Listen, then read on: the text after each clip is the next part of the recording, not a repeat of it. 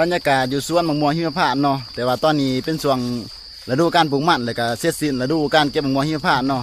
ก็คือหลังจากที่มันสุกเราก็ใช้เวลาเก็บมะม่วงหิมพานต์อยู่ประมาณ2 เดือนปลายเนาะ3 เดือนอย่างว่าหมดก็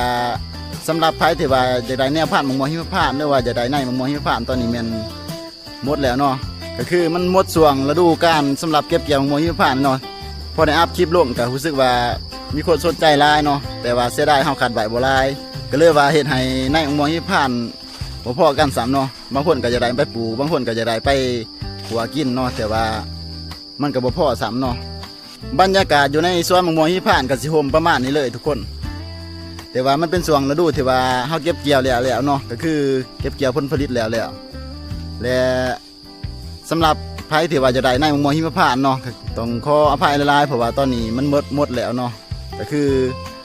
เฮาบ่คิดว่าสิมีผู้คนสนใจหลายปานนี้เนาะก็เลยว่าคาดไว้บ่หลายแล้วก็พอมา